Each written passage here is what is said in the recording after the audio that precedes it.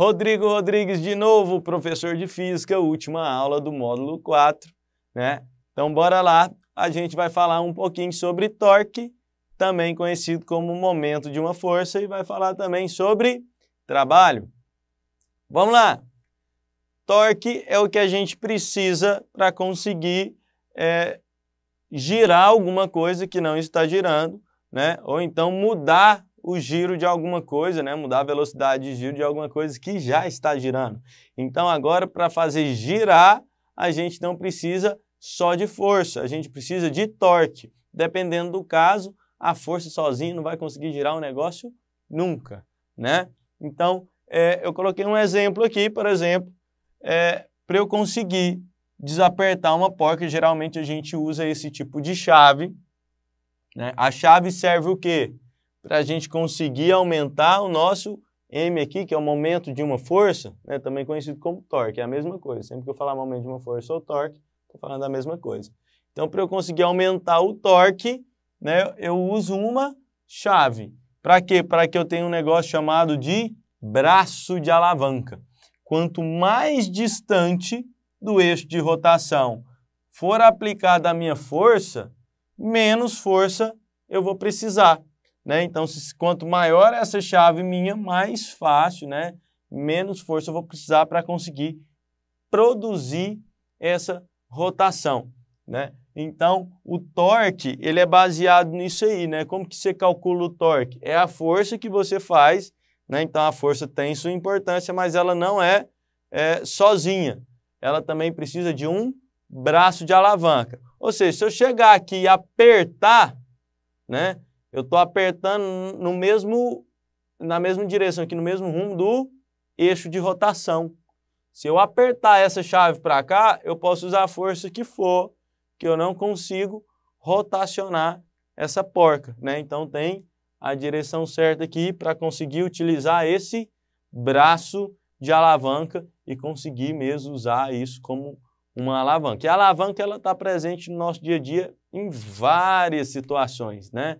Um alicate que seja, né? Um alicate também usa o braço de alavanca para aumentar a nossa força, para apertar alguma coisa, para conseguir cortar também, né? Até um carrinho de mão, né? Às vezes todo aquele peso que está no carrinho de mão, se fosse para a gente pegar aqui no colo, a gente não ia conseguir, mas tem uma alavanca que facilita isso, né? Que você pega ele e consegue levantar ali do chão e movimentar esse carrinho de mão, né? Então, o torque ele tem uma diversidade muito grande de aplicação na nossa vida, no nosso cotidiano, beleza?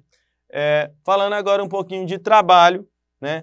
O trabalho é de uma força, primeiro falando do trabalho de uma força constante. Depois disso, vamos ampliar um pouco mais. O trabalho de uma força constante, o que é trabalho? Trabalho é uma das formas de processo de troca de energia ou de transferência de energia.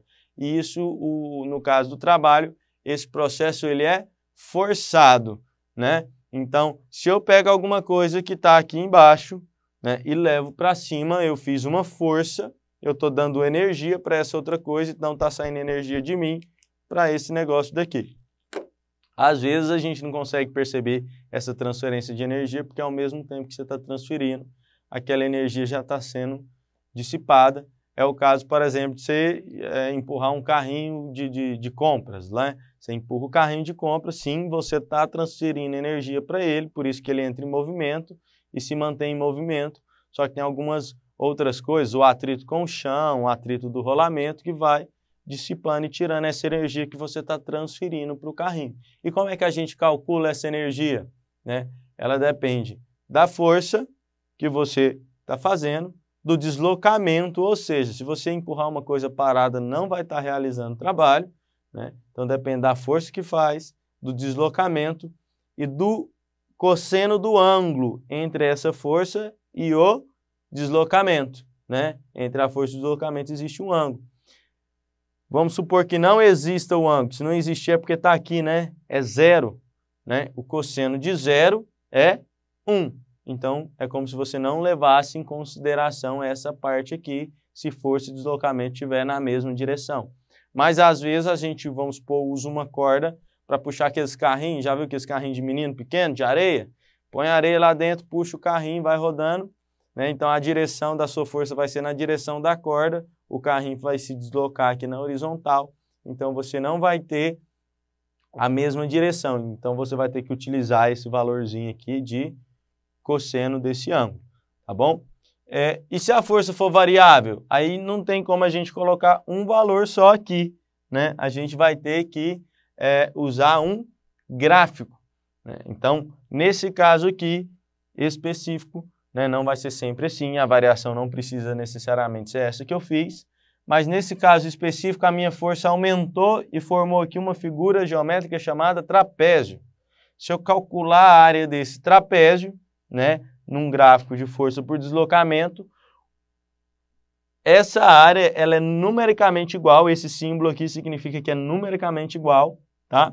Essa área vai ser numericamente igual o valor do meu trabalho realizado. Beleza? Galera, foi muito bom estar com você durante esses 4 módulos. Desejo do fundo do meu coração que vocês consigam, né, todo o sucesso e toda a prosperidade que o coração de vocês querem. Beleza? Até mais!